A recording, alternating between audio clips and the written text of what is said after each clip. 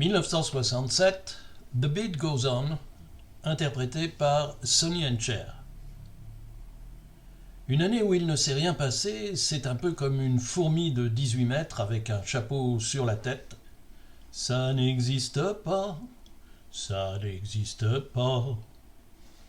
D'ailleurs, un peu plus loin dans ce chapitre, je pourrais rappeler quelques événements qui prouveront que cette année 1967 a bien connu son lot de drames, de bons et de mauvais moments. Et comment pourrait réagir quelqu'un, né cette année-là, à qui l'on affirmerait qu'elle n'a en gros pas existé. Il serait donc plus exact de dire que cette année n'a laissé chez moi aucune trace. J'avais 14 ans, j'étais en 3e, j'ai obtenu mon BEPC. Un souvenir quand même, lié à cette dernière remarque. À cette époque, le brevet était encore un véritable diplôme, avec une véritable valeur. Je ne pense pas qu'on demandait alors aux correcteurs de se montrer particulièrement indulgents, comme on le leur demande aujourd'hui, dans le but de maintenir les statistiques à un niveau acceptable. Un certain cérémonial entourait donc cette épreuve. Par exemple, on la passait dans un autre établissement que celui où l'on étudiait. Pour ma part, je suis allé à Paris, rue des Petites Écuries. À midi, mon père est venu nous chercher, mon copain Christian Baudouin et moi. Il nous a emmenés dans un snack qui se trouvait, je crois, ruré au mur et qui s'appelait « Au Nègre ».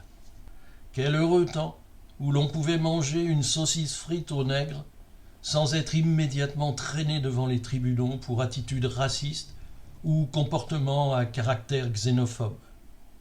Et ce midi-là, au Nègre, la saucisse était particulièrement savoureuse. Après le brevet, c'était les vacances. Et il me vient un autre souvenir.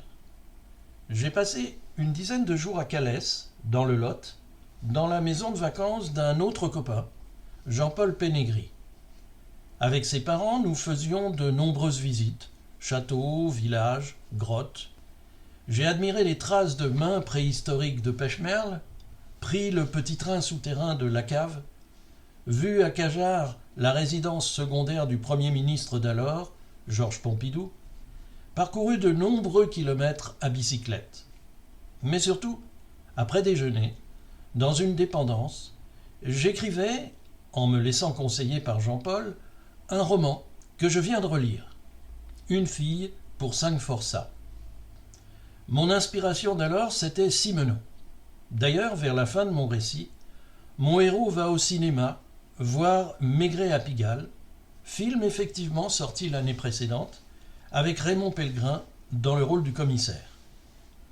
Mon histoire est cousue de fil blanc, avec un assassin qui se transforme en commissaire avant de redevenir assassin, un jeune garçon de 14 ans armé d'un Smith & Wesson et d'un poignard à manche d'ivoire, une jeune fille qui n'a pas de prénom, un viol et des dialogues qui se veulent glaçants, comme sortis de la bouche de James Bond. Mais j'ai beaucoup aimé l'écrire. Et je dois l'avouer, le résultat est moins désespérément nul que dans le cas de mes autres ouvrages de l'époque. Indiscutablement, grâce aux discussions avec mon camarade, au calme et à la patience avec lesquelles nous menions à bien cette entreprise. En dehors de mon petit nombril, le monde a continué à tourner en 1967, à la même vitesse que les années précédentes et que les suivantes. Torrey Canyon. Ce nom vous évoque quelque chose ? Oui, la toute première marée noire. Oh, malheureusement pas la dernière. Des dizaines de milliers de tonnes de mazout se répandant dans la mer, et ces images que nous voyions pour la première fois, mais qui deviendraient habituelles, d'oiseaux pris dans le pétrole et incapables de s'envoler. Ensuite, c'est à peu près au rythme d'une tous les 10 ans que ces marées noires se sont produites. Amoco Cadiz, Exxon Valdez, Erika. Il y a encore eu, mais ce fut si bref que l'on ne saurait vous tenir rigueur de l'avoir raté, la guerre des 6 jours, ou encore l'assassinat du Tché. Ai-je besoin de préciser qu'en 1967, je n'avais jamais entendu prononcer son nom ? Mais j'ai vu, bien plus tard, des images de son cadavre. Et ce spectacle m'a été insupportable. D'abord parce que, en tout cas c'est ainsi dans mon souvenir, il est entouré de plusieurs personnes, celles probablement qui l'ont tué et qui font la roue autour de lui, comme ces chasseurs qui posent à côté du sanglier, du cerf ou de l'éléphant, qu'ils sont si fiers d'avoir oxy. Tellement fiers d'ailleurs qu'ils en ont la braguette toute frétillante. Au cours de mes recherches sur la Shoah, sur la Seconde Guerre mondiale, j'ai dû regarder des films tournés à l'époque. Je ne supporte pas de voir, même 70 ou 100 ans plus tard, un être vivant passer de la vie à la mort. Un communiste fusillé par les nazis, un collabo frappé à mort par la populace, un juif ukrainien balancé dans une fosse par les Einsatzgruppen, même un Rudolf Höss condamné à la pendaison. Plus largement, la violence me heurte. Ne comptez pas sur moi pour regarder sur Internet la vidéo de la décapitation par Daesh d'un otage occidental et, ensuite, me lamenter sur la cruauté des terroristes. N'attendez pas que j'assiste au génocide des Tutsis avant de pleurer sur leur sort. L'image qui bouge est trop forte pour moi. Je peux tout lire, je peux éventuellement regarder des photos, mais la mort en direct, même en différé, cela dépasse mes forces. À tel point qu'avant d'aller au cinéma, je me renseigne sur ce que je vais y voir et m'assure que je n'assisterai pas à la mise à mort d'un animal ou à des scènes de violence trop intenses. Même si je ne me fais aucune illusion sur rien, ici rien signifie l'homme, même si je suis au courant de détails que beaucoup de mes contemporains refusent de connaître, mon cerveau baisse un rideau qui m'empêche de voir ce que je sais. Autre chose encore en 1967, Vatican II. Vatican II a autorisé les prêtres à dire la messe en français. Oh, j'en devine qui hausse le sourcil. Que veut-il dire? Après le foot et Claude François, il ne va quand même pas maintenant nous parler de religion. Eh bien si, un peu. J'étais à cette époque à la fois très croyant et très inquiet. L'existence de Dieu m'était nécessaire, mais quel Dieu emportait mes suffrages? Bien que ne l'ayant pas été quand j'avais l'âge pour cela, je suis devenu alors enfant de chœur et servais la messe le dimanche à l'église de Bondy. J'assistais à une autre messe, le vendredi matin, à l'aumônerie de mon lycée. Nous avions au lycée, établissement laïque, une aumônerie. O tempora, o mores.